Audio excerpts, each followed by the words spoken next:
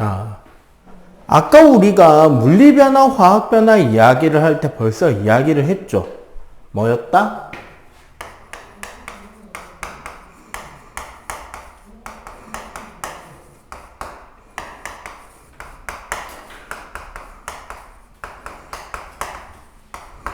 물리변화든 혹은 화학변화든 그 변화에 있어서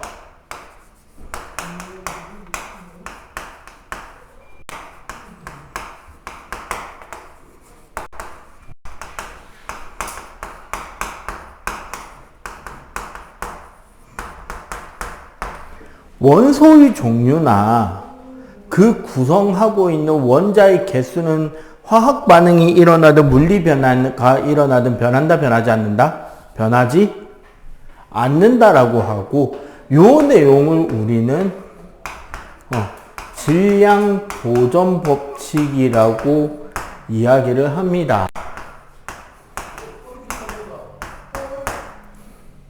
사실 지금 여기서 배우는 질량 보존 법칙, 다음 바닥에 나오는 일정 성분비 법칙, 그 다음 바닥에 나오는 기체 반응 법칙, 얘네들을 연결해서 나오는 아보가드로의 가설까지 해서 화학 반응의 규칙성을 이제 쭉 배워갈 건데요.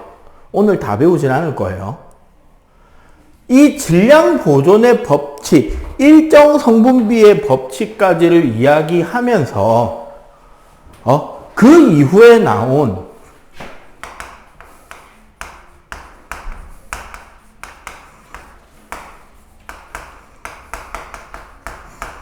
사실 이제 이 법칙이 나온 이후에 나온 개념이긴 한데, 화학 반응에서 생기는 규칙성을 바탕으로 원자라는 게 무엇인지에 대해서 화학자 돌턴이 정리한 게 있거든요. 그걸 우리는 돌턴의 원자설이라고 해요. 설인 이유는 이것만으로는 설명이 100% 된다, 안 된다? 안 된다. 하지만 우리가 중등화학 시간에 배우는 범위까지는 이걸로 충분하거든요. 그래서 돌턴이라는 학자는 원자를 뭐라고 표현했느냐? 첫 번째, 더 이상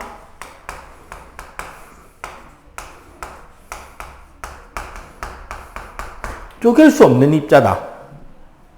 더 이상 나뉘어지지 않는다. 이거 어디서 나온 이야기 같아요? 맨 처음에 원소론 할 때 데모크리토스가 아톰이라는 이야기 할 때 나왔던 말이다. 그죠? 응? 두 번째,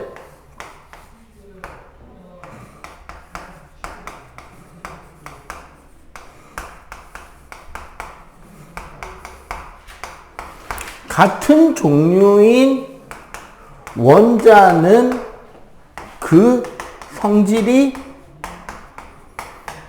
일정하다.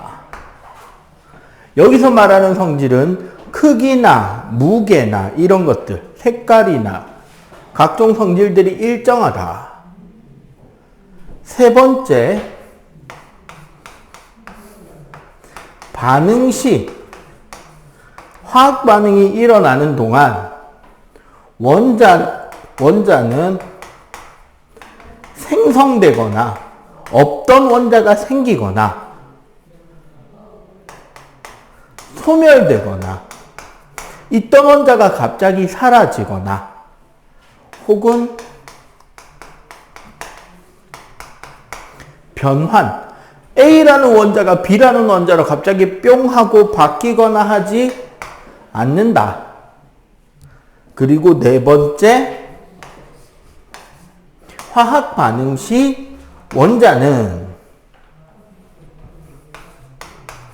일정한 개수비로 반응하게 된다.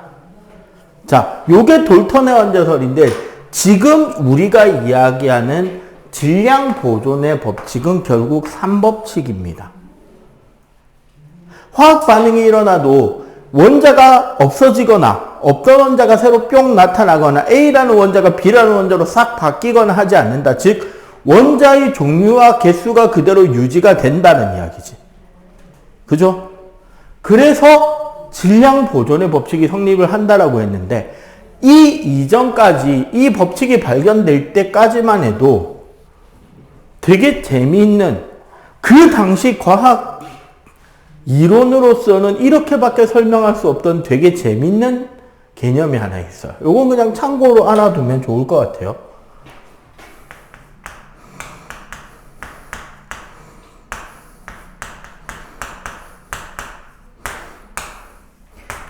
플로지스톤이라는 원소가 있다라고 믿었던 적이 있습니다. 처음 들어보는 원소죠. 즉 얘는 지금 우리 입장에서는 원소라고 말하기에는 좀 이상하다, 그지? 없다는 거죠. 얘는 라틴어로 해석을 해보면 무슨 뜻이냐면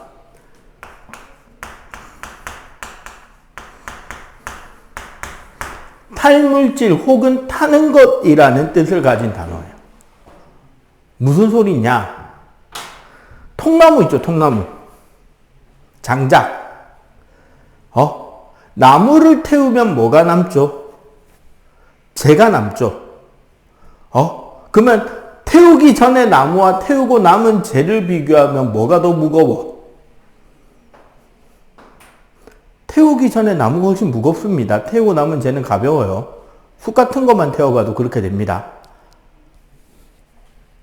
그거를 뭐라고 설명했다? 나무를 태워서 재가 되면 가벼워지는데 그건 뭐다? 나무에 들어있던 플로지스톤이라는 원소가 연소 과정에서 빠져나가서 가벼워진다라고 설명한 거야. 오, 솔깃하다, 그지? 맞지? 솔깃하죠? 근데 문제가 생겼어.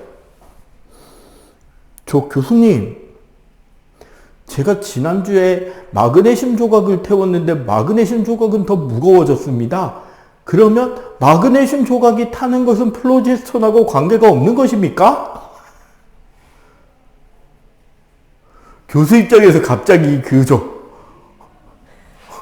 오류가 딱 뜬 거지.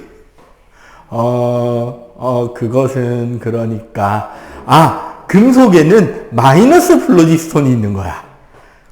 그래서 금속이 가지고 있는 마이너스 플로지스톤이라는 것은 가벼움이라는 거지. 가벼운 게 빠져나가서 무거워지는 거다. 원래 세상에 최고의 진리가 있죠. 혓바닥이 길어지면 구라를 치는 거죠. 맞지? 진리는 되게 단순하게 딱 끝나야 돼.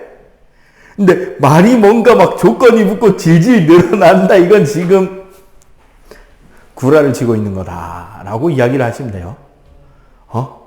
그래서 결국은 이 개념, 이 플로지스톤이라는 개념은 없어지게 됩니다.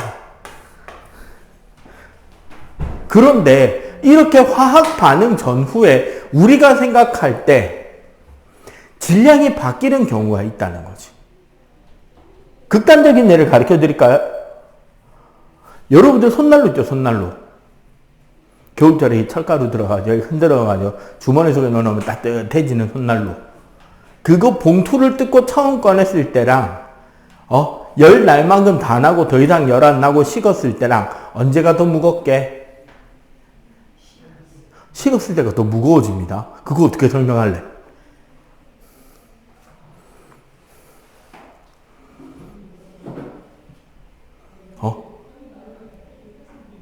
질량 보존된다며.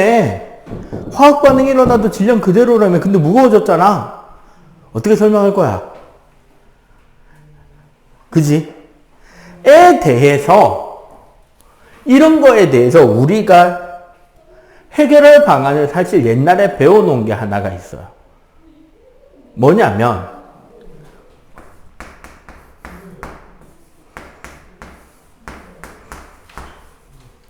우리가 실험을 할 때 관심을 두고 작동시키는 영역을 개라고 합니다. 그리고 그 개 바깥의 영역, 개를 둘러싸고 있는 나머지 환경을 우리는 주위라 그래서 서라운드라 그래요. 이거 두 전체가 우리가 말하는 유니버스, 우주입니다. 내가 관심을 두는 영역과 그 주변 환경. 여기서 이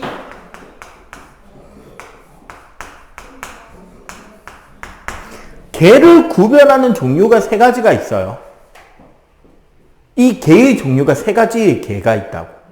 이 내용을 알잖아. 질량 보존 법칙을 이해하는데 매우 쉬운 공통성으로 설명할 수 있게 돼요. 그래서 이 개를 미리 구분을 좀 할게요. 뭐 어떤 개가 있냐면 첫 번째가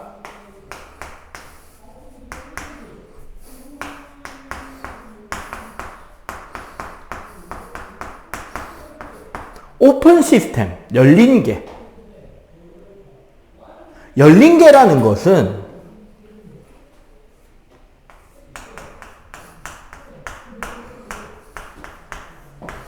개와 주위 사이의 상호작용에서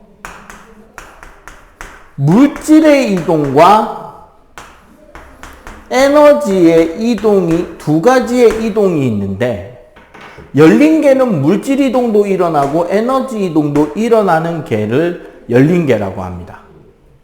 그럼 열린 개가 있다는 말은 무슨 개도 있을 것이다? 찍기? 네, 닫힌 개가 있습니다.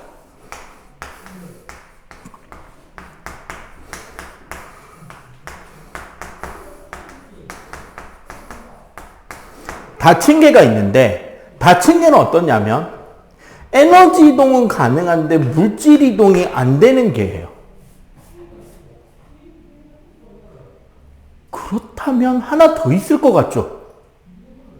뭐가 하나 더 있을 수 있다?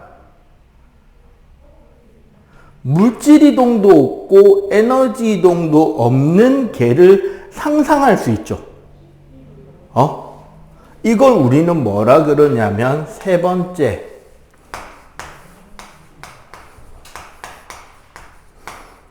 이거 I입니다. Isolated System.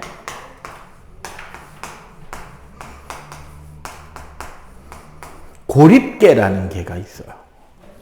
얘는 물질 이동과 에너지 이동 둘 다가 없는, 즉 사실 고립계라는 말은 주위가 존재하지 않는다는 소리죠. 사실 뭐냐면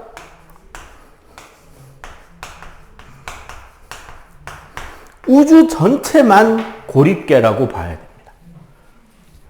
물론 이것도 최근 그 SF 영화의 가장 주류로 삼고 있는 테마, 멀티버스. 멀티버스라는 말 들어본 적 있죠? 뭐 마블도 멀티버스 하고 있고 지금 DC도 멀티버스 하고 있고 난리잖아. 그 멀티버스의 반대말이 뭔지 알아요? 멀티버스의 반대말. 요즘은 멀티버스 하잖아. 멀티버스의 반대말은 여러분들이 알고 있는 단어예요. 그래서 내가 물어본 거야. 뭐게? 멀티버스의 반대말. 되게 뻔하게 잘 아는 말이에요. 근데 이거랑 그거랑 같은 뜻인지를 여러분들이 감을 못 잡고 있을 뿐이야. 얘예요. 유니버스. 유니버스의 뜻이 뭐냐면 유니크 버스예요. 단일 우주. 그럼 멀티버스는 우주가 하나만 있는 게 아니라 다차원 우주 혹은 다중 우주. 무슨 소리인지 알겠죠? 그래서 멀티버스 개념을 도입하지 않는 이상은 고립계는 우주 전체입니다. 그런데 우린 여기서 사실 고립계는 신경 쓸 거 아니고 여기만 보면 돼요. 즉 무슨 소리다? 열린 개에서는 개와 주위 사이에 물질이 들락거릴 수 있잖아. 근데 우리가 측정할 수 있는 공간은 어디다? 우리가 저울 놓고 측정할 수 있는 건 개일 뿐이잖아요. 맞지? 그러니까 이렇게 생각하면 되겠죠. 닫힌 개에서 일어나는 모든 변화는 질량이 무조건 보존이 되는 것처럼 측정이 되겠죠. 하지만 열린 개에서는 무슨 문제가 생길 수 있다? 우리가 모르게 물질이 개에서 주위로 빠져나가거나 주위에서 개로 들어올 수 있겠죠. 우리도 모르게. 맞지? 그럴 경우 어떻게 된 것처럼 질량이 마치 변화한 것처럼 보일 수 있다는 거지. 그지? 그래서 경우에 따라서 언제 질량이 증가하고 언제 감소하고 언제 일정한지를 실험을 통해서 어떤 실험인지를 보면 이 열린 개와 닫힌 개의 차이를 바탕으로 이해할 수 있다는 거죠. 자, 그러면 여기서 질문. 지구는 열린 개, 닫힌 개, 고립 개 어느 거죠?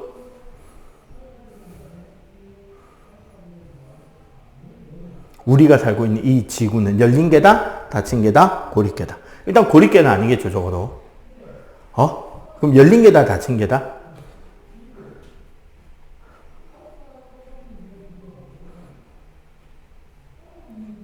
찍어봐. 어차피 둘 중 하나잖아. 자, 열린 개다 1번, 닫힌 개다 2번. 하나, 둘, 셋. 1번, 1번. 야, 지구에서 로켓 만들어 우주로 쏴서 날려버리고 있죠. 그리고 우주에 있는 별똥별이나 이런 게 지구로 떨어지고 있잖아. 열린 개네. 물질 들락거리고 있잖아요. 맞죠? 자, 여기까지 일단 정리하세요. 자,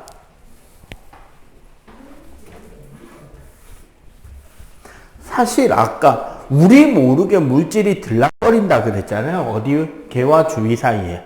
그럼 우리 눈에 안 보이게 물질이 들어왔다 나갔다 하려면 어떤 경우가 가능하다?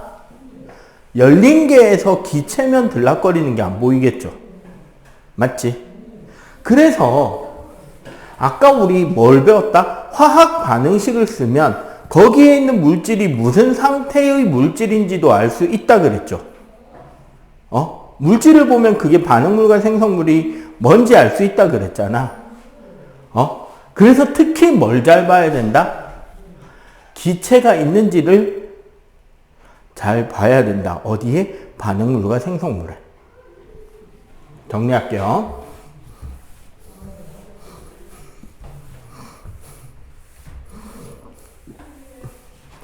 결론적으로 자 봅시다. 1.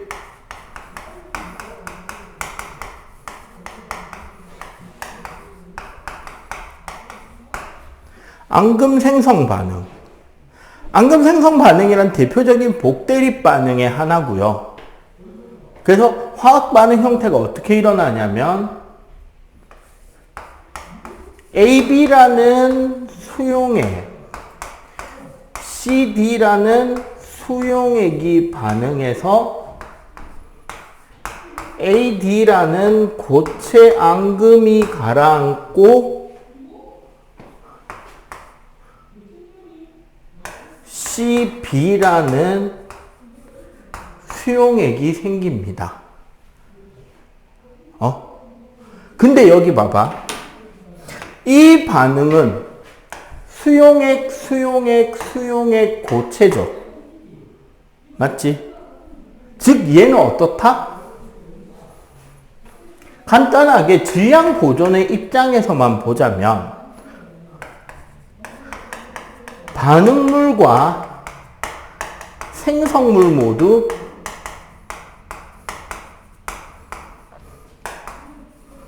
기체가 존재하지 않습니다. 그지? 반응물에도 생성물에도 기체가 없죠. 그 말은 어떻다? 기체가 존재하지 않으면 열린 개든 닫힌 개든 모두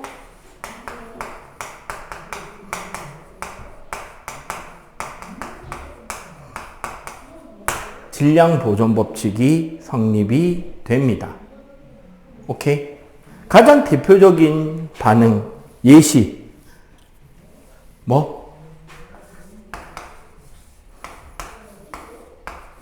뭐야? 읽어봐.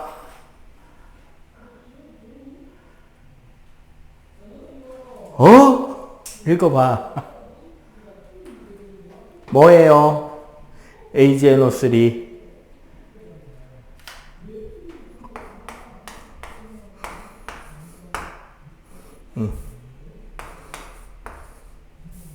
그럼 얘는 알겠지? 뭐야? 그럼 얘는?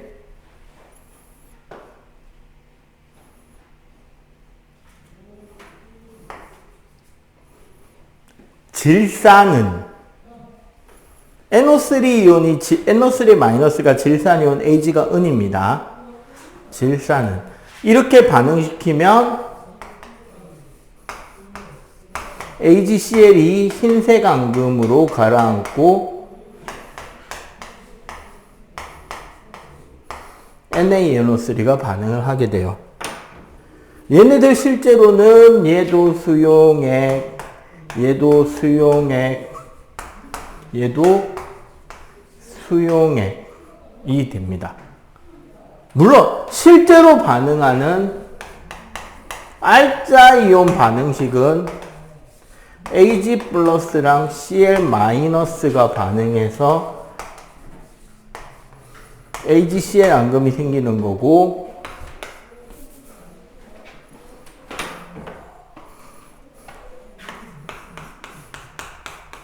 구경꾼 이온으로는 NO3 마이너스하고 Na 플러스 이온, 요 둘은 그냥 구경꾼 이온입니다. 사실 여기에 이렇게 수용액이라고 돼 있는 상태, 이 상태 그대로예요. 물에 녹아있기 때문에 이온화돼 있을 거 아니야. 그지? 그래서 그대로 구경꾼 이온은 남아 있습니다. 자, 이런 앙금 생성 반응의 경우는 기체가 존재하지 않는 반응이기 때문에 질량의 변화가 있다 없다? 없다. 오케이? 자, 그 다음에 두 번째.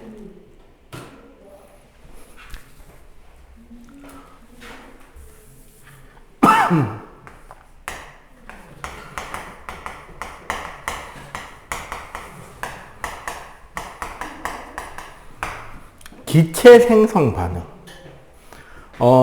우리 책에는 지금 이제 이산화탄소 기체가 발생하는 거에 대한 설명만 되어 있는데, 기본적으로 우리 중등 화학 개념에서 다루어지던 기체가 생성되는 반응은 크게 두 가지가 있습니다. 첫 번째는 뭐냐면,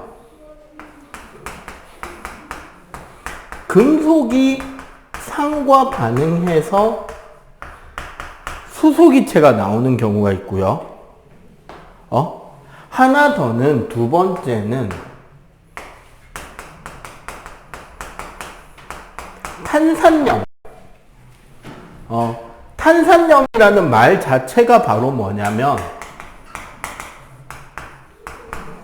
석회질을 의미해요. 우리 석회석, 계란 껍데기, 조개 껍데기, 방해석, 이런 것들.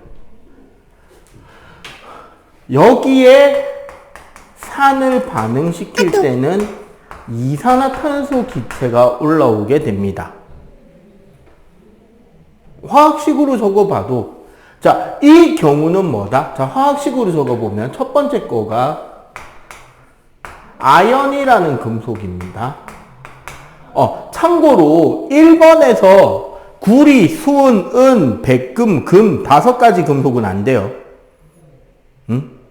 구리, 수은, 은, 백금, 금 안 됩니다.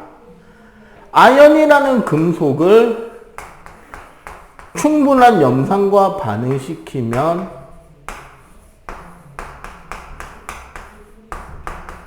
요렇게 돼요. 두 번째 거는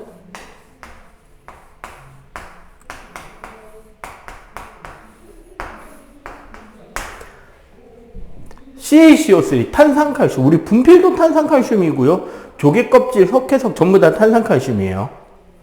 이런 녀석에 염산을 떨어뜨리면 염화칼슘이 되면서 이산화탄소가 나가고 물이 생기게 돼요. 일단 공통점은 뭐다? 어디에? 생성물에 기체가 존재하죠.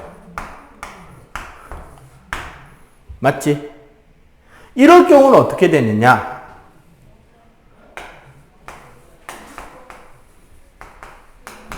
열린 개일 경우는 발생한 기체만큼 어떻게 된다? 질량이 줄게 돼요. 왜? 기체가 발생해서 공기 중으로 날아가 버리면 그 기체는 질량이 측정이 된다, 안 된다? 안 된다는 거야. 그런데 있잖아요.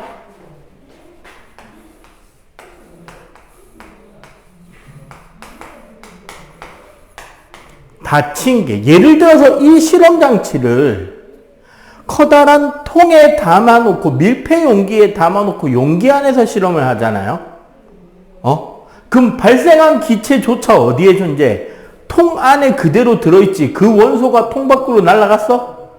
아니잖아. 그 안에 남아있잖아. 이럴 경우는 어떻게 된다? 발생한 기체도 용기 안에 존재하기 때문에 어떻게 된다? 질량 보존이 그대로 됩니다. 오케이? 자, 요 부분 마저 정리해 주세요. 자,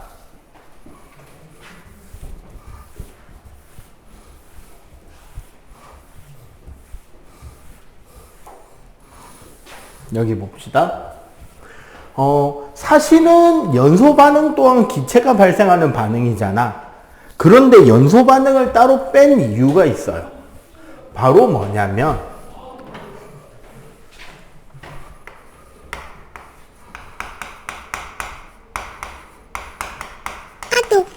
우리가 일반적으로 연소라고 하는 녀석의 정의를 해보면 우리가 탈물질 있죠.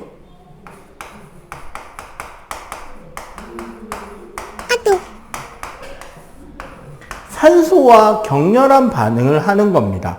산소랑 반응하는 과정에서 중요한 건 뭐냐면 빛과 열이 공통적으로 에너지원으로 생기는 거고, 에너지에 의해서.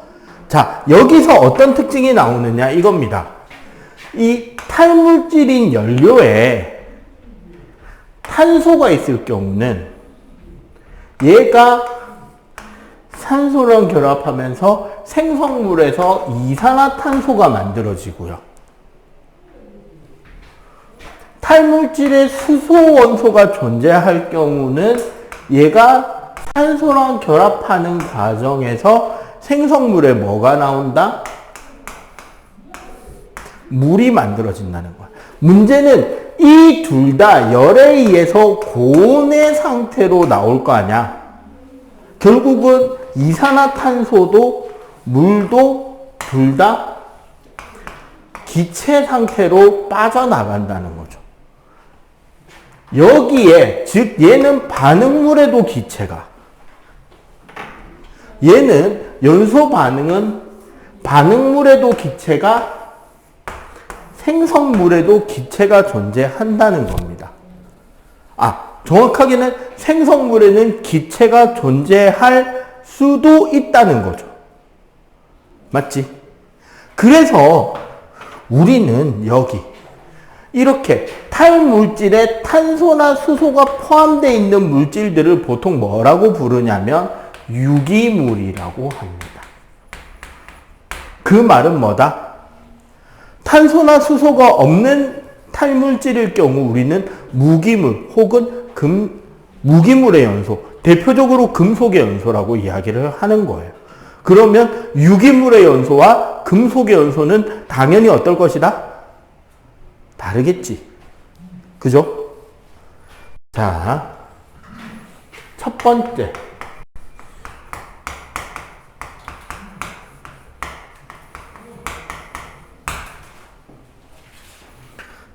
유기물의 연소. 결국 뭐다? 탄소와 수소가 산소랑 반응하는 과정에서 뭐가 생기고 이산화탄소와 물이 생기게 된다는 거지. 그러면 여기서 일반적으로 어떻게 된다? 이 산소의 질량과 여기 생성물의 질량의 크기를 비교하면 일반적으로 어떻게 된다? 결국 여기서 결합한 산소가 얘네들을 데리고 둘 다 기체로 빠져나가는 반응이 된다는 거잖아요. 맞지? 그러면 결국 어떻게 된다? 반응물에서 외부, 자, 결론적으로 미리 결론부터 이야기를 하자면 식쓰기 전에,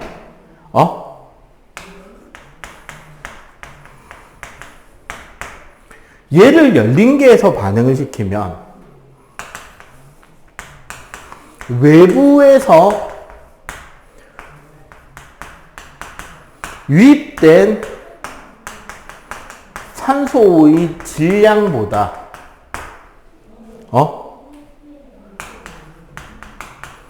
반응 후 날아간 이산화탄소와 수증기 질량을 비교할 때 날아간 질량이 더 크게 된다는 거잖아. 이러면 어떻게 된다? 당연히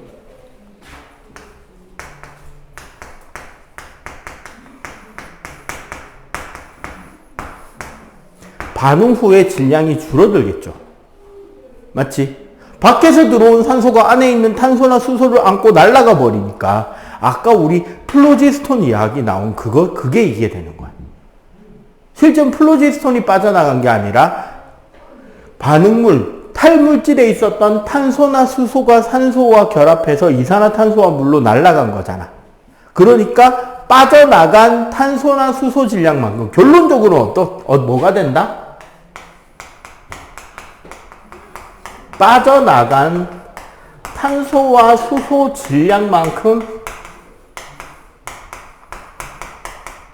질량의 감소가 일어나겠죠. 맞지?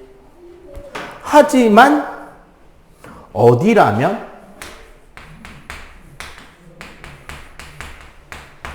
닫힌 데에서 실험을 한다면, 클로즈 시스템에서 실험을 한다면 어떻게 된다? 반응에 참여한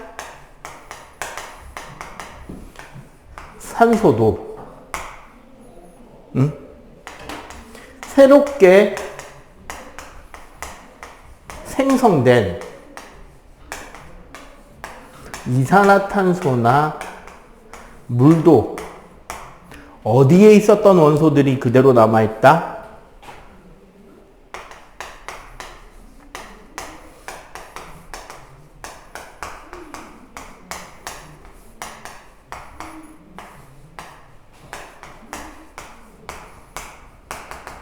그 장치 내부에 그대로 남아있죠. 따라서 어떻게 된다? 얘는 질량이 보존이 되는 거죠. 즉 뚜껑을 닫아놓고 밀폐 용기에서 반응을 시키면 그게 어떤 반응을 시키든 질량이 변한다, 변하지 않는다? 변하지 않는다. 그런데 이 경우는 뚜껑 열어놓고 실험하면 공기중으로 날아가는 원소가 더 많기 때문에 질량은 어떻게 된다? 감소된다. 오케이? 자, 요거 정리. 이제 하나 남았습니다. 예시. 자, 유기물의 연소가 아닌 경우. 가장 대표적인 게 금속의 연소입니다. 즉, 무기물.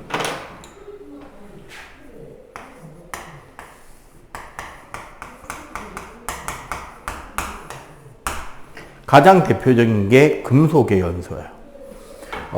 강철솜이라는 게 있어요. 결국 뭐라고 생각하면 되는 여러분들 집에 있는 쇠수샘입니다.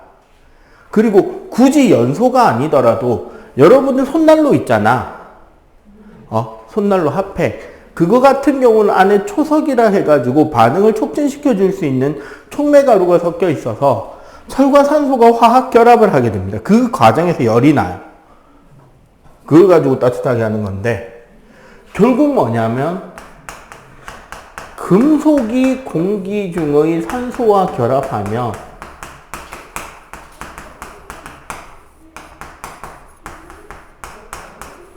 우리가 녹이라고 하는 금속의 산화물이 생겨요. 응?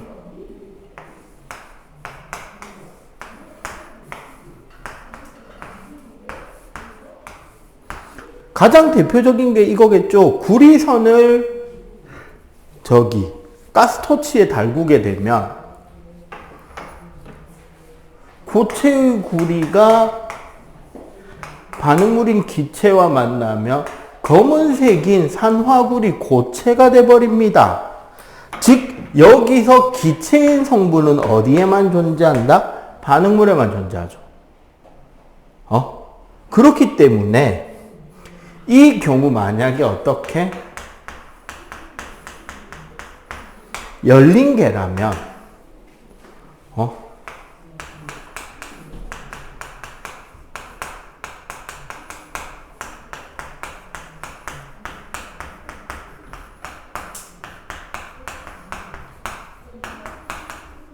주변에 있던 산소가 개의 구리와 결합하게 되죠. 그러면 어떻게 된다?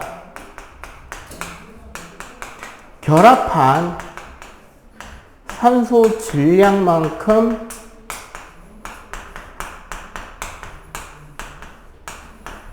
질량 증가가 일어나겠지. 하지만 어디에서?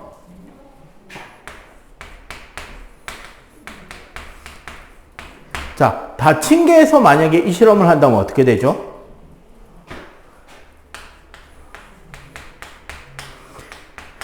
결합하는 C와 산소도 생성된 산화구리도 모두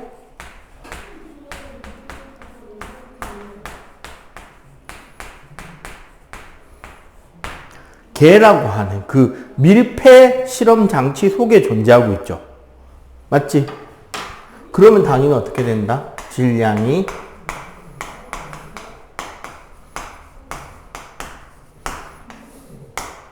보존이 되겠지. 그죠? 자, 1743년에서 태어나 1794년에 죽은, 몇 년 살았죠, 그러면? 한 50살쯤 죽었네요.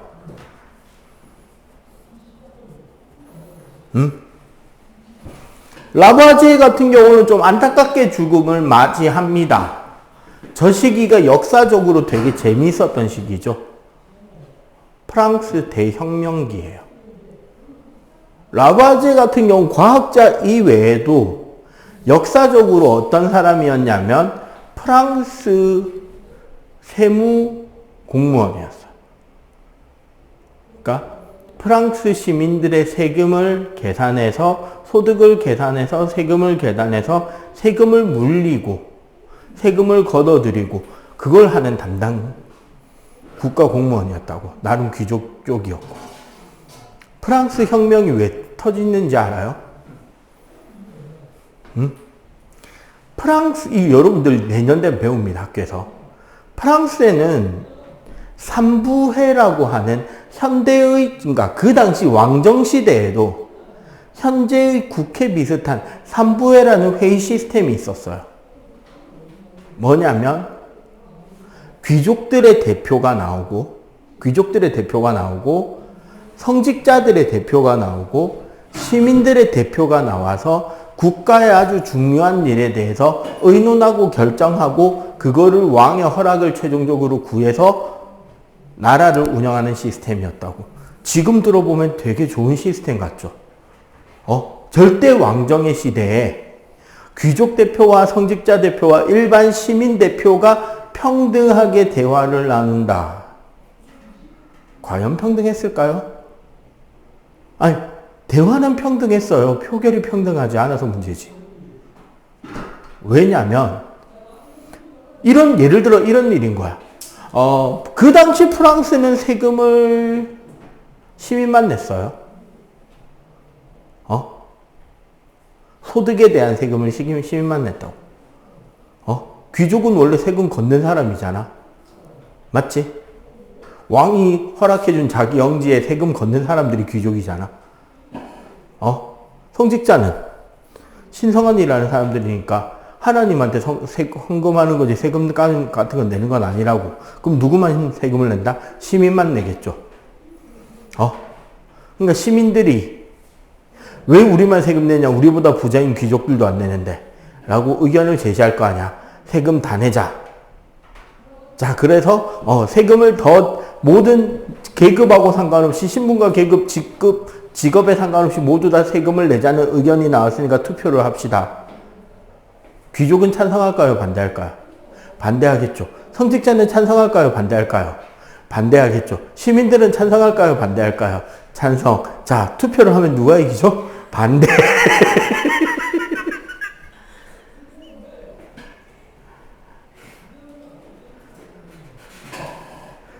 그렇게 계속 반복되니까 시민 대표가 좀 과하게 항의를 했어. 그 결과로 그 시민 대표가 감옥에 갇힌단 말이야. 그러니까 우리 시민 대표를 풀어달라고 또 국민들이 시위를 하겠죠. 그러자 그 가운데 싸움이 생기고 결국 분노한 시민들이 감옥을 습격해서 시민 대표를 구해낸과 동시에 감옥에 있는 무기를 들고 귀족들과 싸우기 시작한 거야. 그게 프랑스 혁명이에요. 이게 되게 무서운 거 하나 가르쳐 줄까? 그 축구 경기 같은 거 보면 그 프랑스 국가대표팀이 경기할 때 보면 이제 경기 시작 전에 프랑스 국가 제창하잖아. 라 마르세이즈라는 국가가 있거든요. 1절부터 10절까지 있는데 가사를 보면 살벌해. 뭐냐면 그 라 마르세이즈가 어떤 국가냐면 어떤 노래냐면 프랑스 대혁명 때 그 시민군 군가였어요. 궁금하시면 인터넷에 그 프랑스 국가 번역 해가지고 한번 검색해 봐봐. 가사 보면 살벌하다. 저 배부른 귀족들의 배때기에 진짜 그런 가사가 있어요. 어쨌거나 그때 세금을 부여하는 그럼 당연히 귀족 편이었겠죠. 그래서 단두대에 목 잘려 죽었습니다. 엄청 중요한 연구를 하던 과학자였는데 안타깝죠.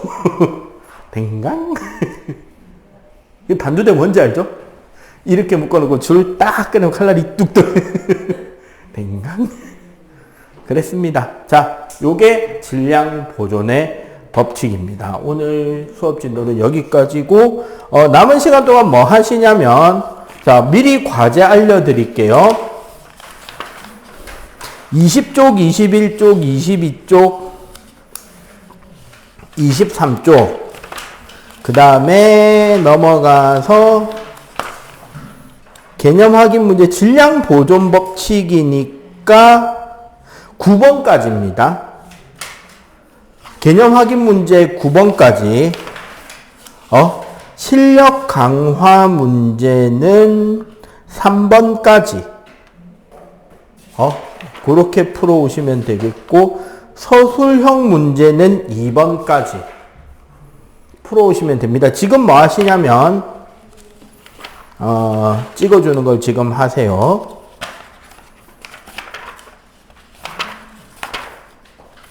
일단 저기부터 30쪽 탐구 한번 풀어보세요.